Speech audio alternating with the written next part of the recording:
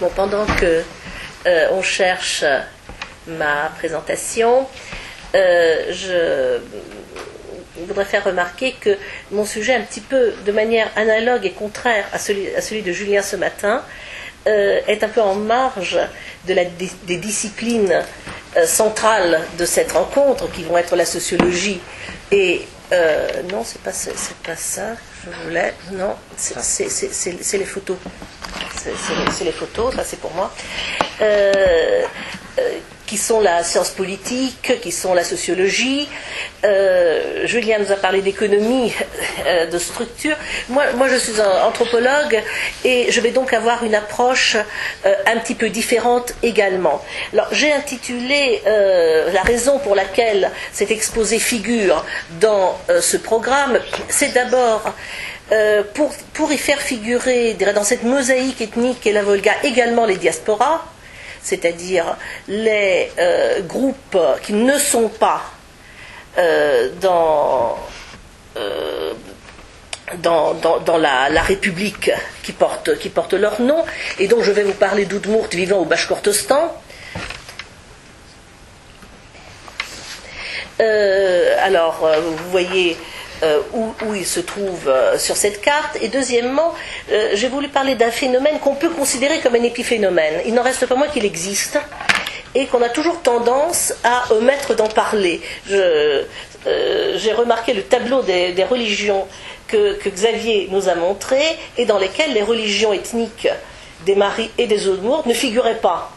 Et c'est compréhensible d'abord parce que statistiquement ce n'est pas forcément énorme, mais je ne m'intéresse pas aux statistiques, et deuxièmement parce qu'il n'y a pas d'institution centralisatrice, il n'y a pas d'église, ce qui fait que finalement ils n'intéressent pas, mais ils existent. Et je pense qu'ils confèrent à cette région de la Volga une place tout à fait originale et intéressante. C'est la raison pour laquelle je voudrais m'y arrêter un moment. Alors, je parle donc des Udmurt du Bashkortostan et j'évoquerai très rapidement leur origine. Vous avez vu dans les cartes qu'on vous a montrées ce matin où se trouve l'Udmurtie. Eh bien, quand en 1552 les troupes russes ont pénétré, finalement quand la Moscovie est devenue un empire, avec la chute de Kazan, a commencé un processus d'intégration de ces zones, de manière générale non russes, dans la Moscovie, dans le nouvel empire, et la christianisation en a été l'un des outils. Pas forcément menée de front de manière homogène et régulière et systématique dès le début. Il y a eu des moments où ça a été plus systématique que dans d'autres, mais en tout cas c'est quelque chose, il y a une pénétration qui, notamment au XVIIIe siècle, s'est intensifiée et a abouti à une intégration formelle de la plupart des peuples finno-ougriens de cette région dans l'Église orthodoxe. Ça n'a pas plu à tout le monde. Ça n'a pas plu à tout le monde, et certains groupes de Mari et d'Udmurt, pendant une période assez longue, ont migré vers l'Est, et j'ai plaisir à dire en libre terre musulmane, c'est-à-dire là où on les a laissés être comme ils voulaient. J'ai plaisir à le dire parce que le regard général qu'on porte en Occident sur l'islam omet de souligner à quel point l'islam a pu être une religion de tolérance, assurant une coexistence tout à fait tranquille dans certaines régions. Donc, mais ils y sont encore, leurs descendants y sont encore.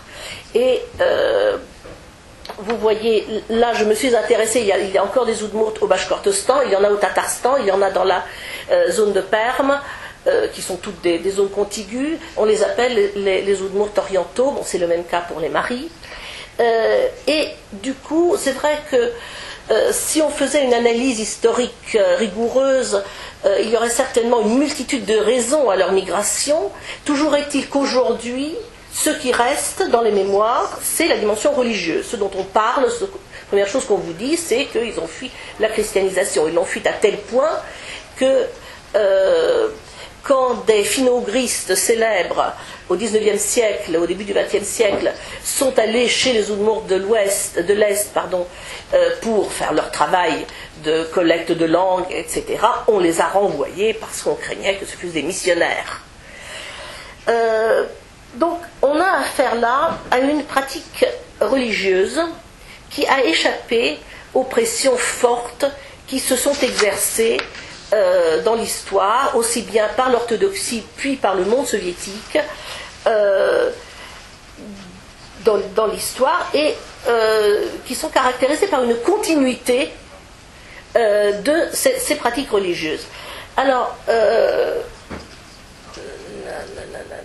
là, je vais présenter une carte de la région où je fais depuis un an du terrain et où je vais partir mardi. C'est au nord du Bashkortostan, la région de Tatushli. C'est pas la seule région au Bashkortostan où il y a des Udmurts, mais là il y a une zone qu'on appelle une zone d'habitat compact. Vous le voyez ici avec les points noirs. Il y a un groupe de 19 villages Udmurts. Ces 19 villages Udmurts sont traversés par une rivière, ce qui fait qu'ils sont divisés en deux groupes de part et d'autre de la rivière. Et ces villages comportent des populations qui sont entre 85% jusqu'à 99% composées d'Udmurts. Les Russes sont un pourcentage absolument négligeable, moins de 2% dans cette zone-là, et l'Udmurt est réellement la langue de communication quotidienne à tous les niveaux. C'est dans ces villages, la pratique religieuse traditionnelle Udmurt, de ce qu'on peut appeler la religion Udmurt, Udmurtoskon, elle est réelle, elle est quotidienne. Je vais peut-être dire quelques mots de cette religion Udmurt, même si je n'ai pas le temps d'approfondir. C'est le grand problème de ma communication, c'est que je parle de choses qu'on ne connaît pas du tout et sur lesquelles il faudrait donner des tas d'explications, mais bon, on va essayer. D'abord, précisons que c'était et c'est une religion agraire.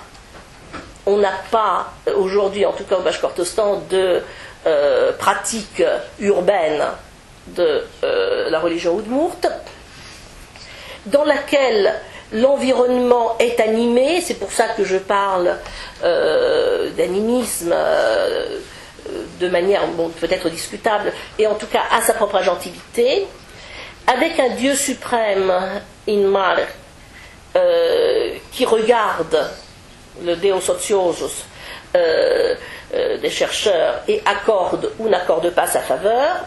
Et surtout, peut-être pour bien souligner l'élément qui me paraît essentiel, on a affaire d'abord à une pratique et pas à une doctrine. Ce en quoi il y a une énorme différence avec l'orthodoxie ou avec l'islam. Alors, qu'est-ce que c'est que cette pratique religieuse Udmurt? Et je pense qu'on peut continuer.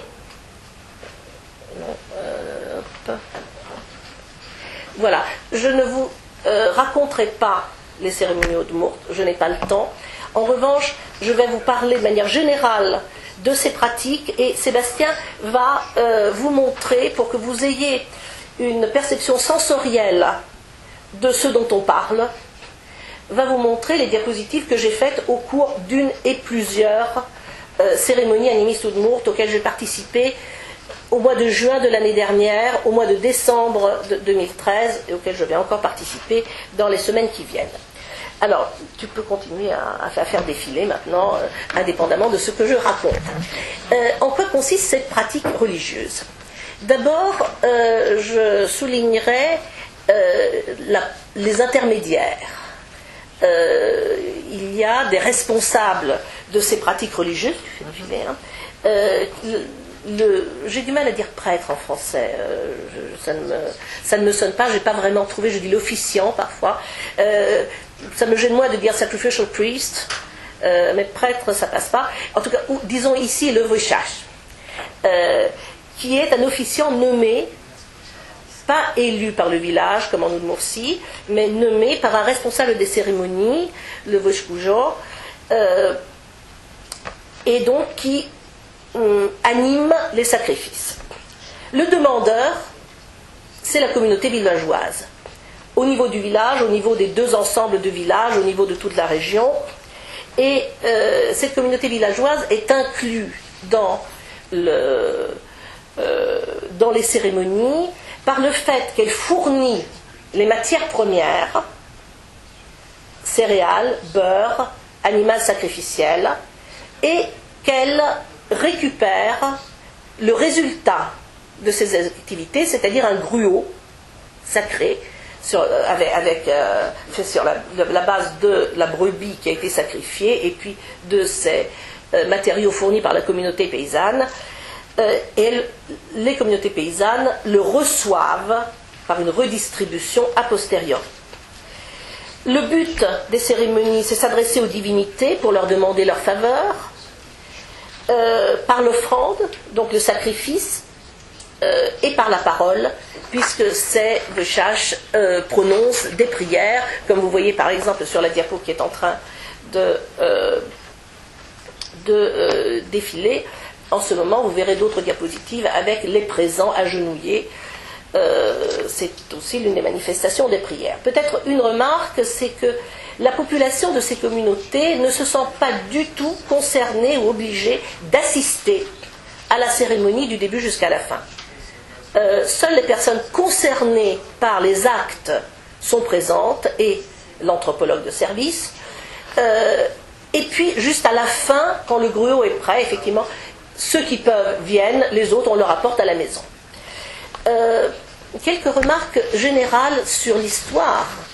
Je vais parler tout à l'heure de continuité, je voudrais commenter ce contexte. Ces cérémonies sont caractérisées par une absence, grosso modo, une absence de rupture au cours de l'histoire. C'est-à-dire que dans ce contexte favorable où on a un islam protecteur qui ne s'en mêle pas et qui va bloquer la présence des orthodoxes, dans le rayon de Tatushi, il n'y a pas une seule église orthodoxe. Il y a des mosquées partout, mais pas une seule église orthodoxe. À l'époque du communisme, certes, il n'y a pas eu de tolérance particulière, mais les villages ont réussi à garder ces pratiques de manière pratiquement régulière. Certes, de temps en temps, les responsables communistes intervenaient et renversaient les chaudrons que vous verrez dans les photos diverses et variées. Et bien l'année suivante, le village refaisait sa propre cérémonie à un endroit plus caché. Mais les cérémonies de village ont perduré annuellement, une ou deux fois par an, dans cette région, sans rupture. Les cérémonies associant plusieurs villages ont connu des moments d'interruption, mais qui ne dépassent pas des interruptions de 5 ou 7 ans. Il y a donc aussi une relative complexité. Je vais l'illustrer en vous parlant des cérémonies du mois de juin dans cette région. C'est un cycle de cérémonies. C'est un cycle qui commence par la cérémonie de village, ce qu'on appelle le Gurtvrish. Dans chaque village, il y a une cérémonie. Au même moment. Ensuite, il y avait une cérémonie qui a disparu aujourd'hui, qui a disparu dans les années 50-60, qui est la cérémonie de 3 villages, Queen Gurtvrish. On en entend parler comme d'un souvenir, mais ça ne se réalise plus. Ensuite, un niveau extrêmement vivant, c'est le niveau du Murvush, qui est le niveau des 10 villages. Je vous ai dit, il y a 19 villages, 9 d'un côté du fleuve, 10 de l'autre. Et il y a 2 cérémonies à 2 endroits différents, donc à 2 dates différentes, pour permettre aux gens d'y assister. Ça, c'est quelque chose de tout à fait vivace, et qui est vivace également en hiver. Et puis, je cite ce 4e type, même s'il ne concerne pas seulement ma région, le Erlenwish, je le cite parce qu'il est intéressant pour montrer un type de cérémonie existant aujourd'hui, mais qui n'a pas toujours existé. Nous avons connaissance des cérémonies de tout le pays, ça rassemble tous les Udmurts orientaux, jusque dans les années 20. Et ces cérémonies avaient lieu dans 3 villages qui les organisaient tour à tour. 2 villages du Bachkortostan et un village de Perm, de la région de Perm. Elle a disparu pendant toute la période soviétique et elle a été oubliée. Elle a été oubliée partout sauf dans les 3 villages. Mais ailleurs, on ne savait plus rien. Et elle a été revitalisée au début des années 2000. Et maintenant, elle a lieu tous les ans et elle tourne dans les 3 villages. C'est-à-dire là, on a un exemple, non pas de continuité, mais de recréation d'une tradition qui a existé, recréée à sa manière. Alors, maintien ou évolution. Très souvent, quand on dit... on entend des affirmations que je considère comme un peu superficielles, en disant... Bon, c'est intéressant parce qu'il n'y a pas eu de rupture, donc il y a les choses comme elles étaient à l'origine. Cette idée d'un conservatoire de ce qu'il y avait à l'origine. Mais moi je dirais non. Parce que justement, ce qui a existé, que cette continuité a permis, c'est une évolution naturelle sans interférence forte extérieure. C'est-à-dire que on a affaire, et c'est pour ça que j'ai mis dans le titre de ma communication l'animisme vivant, la dimension vivante. Il n'y a pas de situation figée, il y a une situation qui évolue, et je vais vous en donner quelques exemples. Le premier exemple, alors on va finir de regarder les diapositives générales, après j'ai quelques diapositives qui illustrent mon propos. Il y a 2 points sur lesquels je voudrais insister, qui est la diversité des traditions locales. Il y a 10 kilomètres entre les différents villages dont il est question, mais pourtant, dans les 2 groupes, il y a des différences relativement sensibles dans la manière dont ils mènent leurs activités, et l'innovation. Je vous parlerai d'innovation dont je peux être témoin moi-même, en tenant compte que je suis allée pour la première fois au Bachkortostan en 2011, grâce à Xavier Le Torrivelec, et je fréquente, disons de manière beaucoup plus active, cette région depuis juin dernier. Alors, la diversité des traditions. Les 2 groupes, donc, que je vais appeler le groupe de Vilgourt et le groupe d'Alga, les 2 groupes de villages, on constate que l'un est plus traditionnaliste, mais l'autre est plus décontracté. Et ça se voit, par exemple, dans l'aménagement de l'espace. Voilà, ça c'est le Vilgourt, disons en russe Novetatushli, c'est un terme oudmour de beaucoup plus court. Donc vous voyez un espace large et non articulé. Voilà l'espace où ont lieu les cérémonies d'Alga.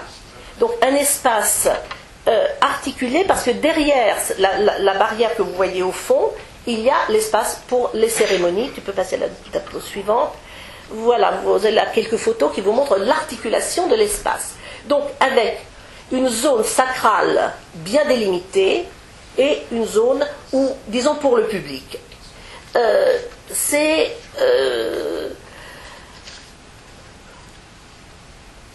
Alors que dans Vilgourt, la zone sacrale n'est pas délimitée et, j'ai envie de dire, tout le monde a accès à l'ensemble des espaces. Et cela se voit dans le rapport aux femmes. Et bon, moi j'ai une pratique de terrain en Sibérie, je sais qu'étant femme, il faut être extrêmement prudent, voir là où on met les pieds. Et j'ai donc constaté qu'à Vilgourt, qui était la première cérémonie à laquelle j'ai assisté, j'étais prudente au début, mais que je pouvais aller partout et que j'étais bienvenue partout et que ça ne posait absolument aucun problème. Et j'ai senti à Alga que ce n'est pas du tout le cas. Alors vous voyez, non, reviens s'il te plaît, dans la photo du haut, vous voyez des femmes qui viennent apporter des offrandes et qui vont les mettre à l'endroit, j'ai envie de dire, le plus profond, dans la zone qui pourrait être sacrale. Elles y vont, elles le posent elles-mêmes, elles reviennent, aucun problème. Et vous voyez dans la photo du bas à Alga, il y a une femme qui a pénétré dans la barrière et tout de suite, l'homme un peu âgé en casquette va s'approcher pour lui dire « Sortez, sortez !»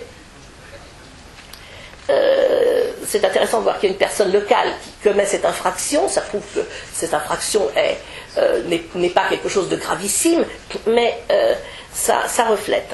Et vous voyez ici les deux petites vieilles qui participent à la cérémonie, mais en restant dans la zone ouverte au public pour le groupe d'Alga. On peut continuer. Là aussi, vous voyez, pour les offrandes, les femmes restent derrière la barrière et il y a un vechach qui reçoit les offrandes. Différence aussi avec Vilgourt, il va leur dire quelques mots de bénédiction en recevant les offrandes. On peut continuer. Voilà également quelques images des offrandes. Alors, les innovations, j'aurais pu développer cette partie, mais je n'ai pas le temps, et je termine avec les innovations, et je voudrais en présenter deux. On peut continuer. La première, c'est le costume. Non, oui, la première, c'est le costume. Le costume qu'on appelle traditionnellement Sholderem. Alors, la question du costume du vechach, c'est que vous voyez là sur cette photo un vechach qui porte un costume traditionnel, c'est-à-dire un costume fait main avec de fines rayures. Ouais, ça se distingue plus ou moins. Et il y en a très peu en circulation. Il y en a très peu en circulation parce que le vechach se fait ensevelir avec son costume. Donc celles qui sont en circulation, c'est dans les cas de vechach qui en ont transmis à leurs héritiers parce qu'ils en avaient plusieurs. Donc il n'y en a pratiquement pas. Alors que faire? Alors, vous voyez là, à la cérémonie de Vilgourt, 4 vechach, dont l'un porte le Sholderem traditionnel et les autres portent des blouses blanches. Donc, phénomène d'adaptation, la blouse blanche. Et quand je suis arrivée donc en juin dernier, bon, c'est comme ça que tous les autres vechach, sauf celui qui avait hérité d'un vieux costume, étaient vêtus. Mais à Alga qui dépend du kolkhoz, de l'entreprise agricole Rasviet, où les Udmurts sont très forts, le vechach qui est présent sur cette photo et qui est le comptable en chef a fait commander par l'entreprise agricole une vingtaine de costumes, alors avec des tissus qui sont des tissus de magasin, des tissus industriels, mais qui reproduisent un peu les rayures du costume de vechach traditionnel. Et en décembre, tous les vechach du groupe d'Alga sont vêtus comme ça. Donc on voit cette évolution, mais ce n'est pas tout.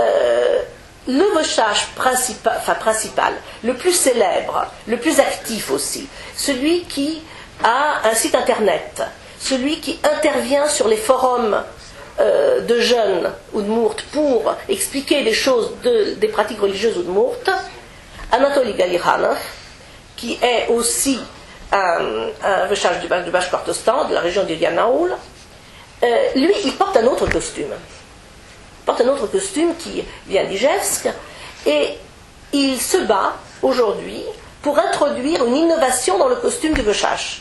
Et pour dire, non, c'est pas la peine de reproduire l'ancien costume, il est ennuyeux, il n'est pas spectaculaire, il faut s'affirmer davantage, et il propose d'adopter ce costume-là comme costume du vechach.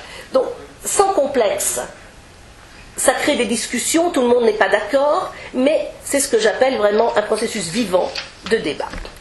Et maintenant, le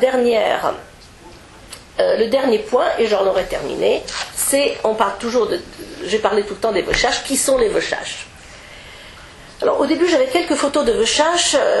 Traditionnellement, dans ce que nous dit la littérature, le vechach est une personne respectable, respectée, et pas tout jeune, au moins âgé de 40 ans, plutôt.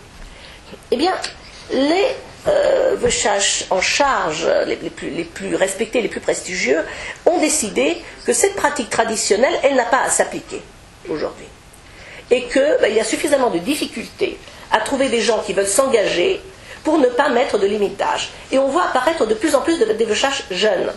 Ça, c'est notre principal informateur, Friedman, c'est pas un nom traditionnel Udmurt, qui est enseignant de musique, qui a fait ses études à Ijevsk, et qui est le vochage de 34 ans du village de Balziuga.